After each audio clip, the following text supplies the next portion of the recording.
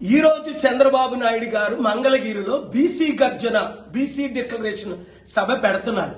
40 సంవత్సరాల రాజకీయ నాయకుడిగా 14 సంవత్సరాల ముఖ్యమంత్రిగా బీసీలకి న్యాయం చేయాలని ఆయనకి మనసు రాలేదా, తలంపు రాలేదా?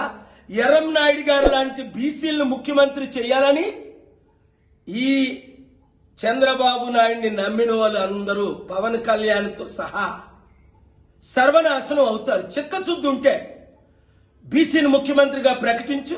ఏం మనం 60% ఉన్నాం, అర్హులం కాదా? బీసీలో 3% ఉన్నోళ్ళే అర్హులా? అందుకనే గద్దరాన్ని వీళ్ళందరికీ గుడ్ బై చెప్పి ప్రజాశాంతి పార్టీలో చేరారు.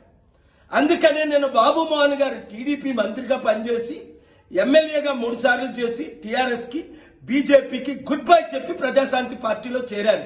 చిత్తశుద్ధి ఉన్న ప్రతి ఒక్కరు బీసీలందరూ ఎస్సీ ఎస్టీ క్రిస్టియన్ ముస్లిం ఏకము కండి ప్రజాశాంతి పార్టీని గెలిపించండి. నన్ను విశాఖపట్నం ఎంపీగా గెలిపించండి, లేదా నన్ను బీసీలో ముఖ్యమంత్రిగా చేయండి. అభివృద్ధి అంటే చేసి చూపిస్తా, అప్పులు తీర్చుతా. కదిలి రండి, మోసపోకండి. ఈ దొంగల ముఠా నుంచి బయటికి రండి. చిత్తశుద్ధితో బడుగు బలహీన వర్గాలు ఏకము కండి.